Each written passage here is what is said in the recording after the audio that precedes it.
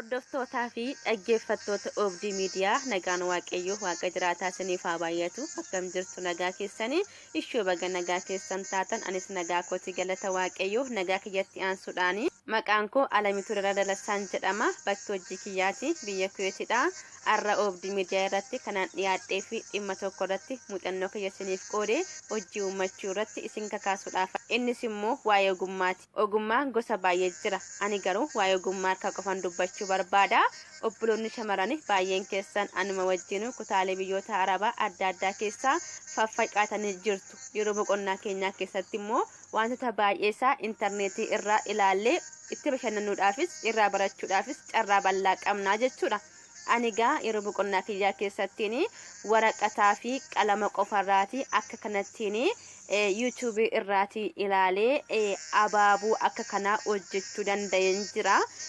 Abaaboo kana itti mana keenya keessaa miidhagfachuu dandeenya. Akkasumas immoo akka kennaatti illee waliif kennuu dandeenya. Seeraan qabannaanii turtii yeroo baay'ee turuu danda'a jechuudha. Miidhagina mana keenya keessa gaafa taa'us akka kennaatti gaafa waliif kennus jechuudha. Kanaaf egaa yeroo boqonnaa kiyyaa keessatti waan akka kanaafaanii hojjechaati ture jechuudha. Kana intarneetii dhumarraatiin ilaala jechuudha. Egaa akkasumas immoo dabalataa biyyattillee daantirii dha'uu nan beekaa ture. Garuu diizaayinii adda addaa baay'eesaa hojjechuun beeku. Ilaalee hojjechuu nan danda'a ture. Akka kanattiin kirriin biyyarraa fudhee dhufee kan irraa hafee akkasumas immoo kan inni asii argadhe walitti dabaluudhaan diizaayinii baay'eesaa YouTube irraati ilaalee hojjetachaan ture jechuudha.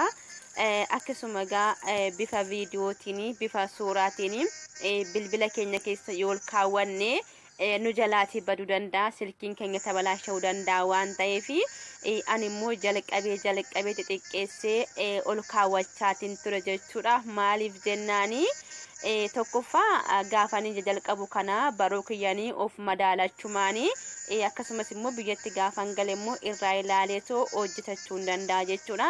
Kanaaf akka kanattiin jalqabee tan ol kaawwadhee jechuudha. Akkasumas immoo kanneen akka miidhaginaatti gurra keenyatti kaawwachuu dandeenyu akkasuma adda keenya jala rifeensa keenya jala hidhachuu dandeenyu illee hojjechaan ture jechuudha. Kanas akka carraa ta'e kirrii argana nan hojjedhe eessumaayyuu ilaalee miti kana yaaduma kiyya keessaa baaseen hojjedhe jechuudha.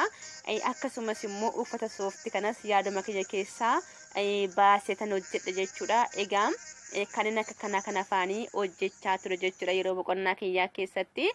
Isinis immoo egaa yeroo boqonnaa keessanii keessatti wantoota borusiif fayyadanii kanneen akka kanaas kan kana caccalanis hojjechuuti dandeessu jechuun barbaada. Egaa akkasumas immoo akkamittiin carraa argatteetu haala kanattiin hojjetachuu dandeesse wanti hundumtu biyya kanatti hoo biyya Arabaa keessatti in argamu jechuu dandeessu. Haala hojjetamu akkamittiin argachuu dandeessu jechuu dandeessu. Egaa ani Alamiitii kanan hojjedhu manuma kontiraataa manuma madaamii keessan hojjedha jechuudha. Egaa amalaan itti siqnee madaamii keenya waan tokko yoo nuuf biti jennee nuuf ni bitti garuu wanti ishiin nu bittu akka nuti barbaannu sana nuuf hin ta'u. Miidhaginaaf ta'uudha baatu shaakaltiidhaaf hin ta'a waan ta'eef isinis immoo manuma madaamii keessatti waan tokko itti mattanii akkasiin bittu gootanii warri waan akkanaa hojjechuu beektan dandeettii keessan guddifachuu dandeessu, warri hin beekne immoo barachuu dandeessu jechuudha. Egaa maarree kuni waan guddatee qabattee dhiyaatteere jechuu dandeessu. Anis waan guddaa jedhee qabadhee hin dhiyaanne garuu yeroo boqonnaa keenyaa keessatti wanta biroo nu fayyadu yoo hojjenne bu'a qabeeyyii taanaa xiqqaatus waan birootiin fayyadamuu dandeenyu tokko yoo baranne bu'aa gaarii qabaachuu danda'a, gaarii ta'a jedheeta waan yaadeefanii qabadhee isiniif dhiyaadhe jechuudha. Kanaafiyyuu yeroo boqonnaa keessanii keessatti waan akka kanaallee hojjechuu dandeessu. Waan beektan beekumsa keessan guddifachuu dandeessu, waan hin beekne immoo waan biroosiif fayyadu barachuuti dandeessu jechuun barbaada. Egaa waan dhaggeeffattaniif, waan ilaaltaniif, waan irraa barattaniif baay'ee galatooma, eebbifamaa.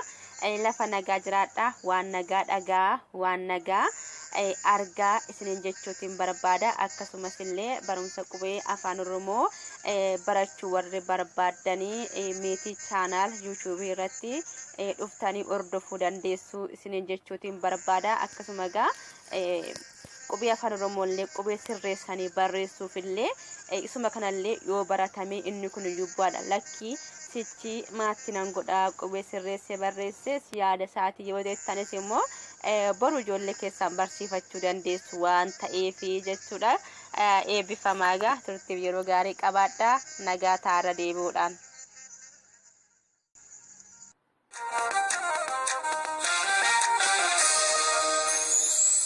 Lafona duwarra dhaabate tu ijji koo fagoolaala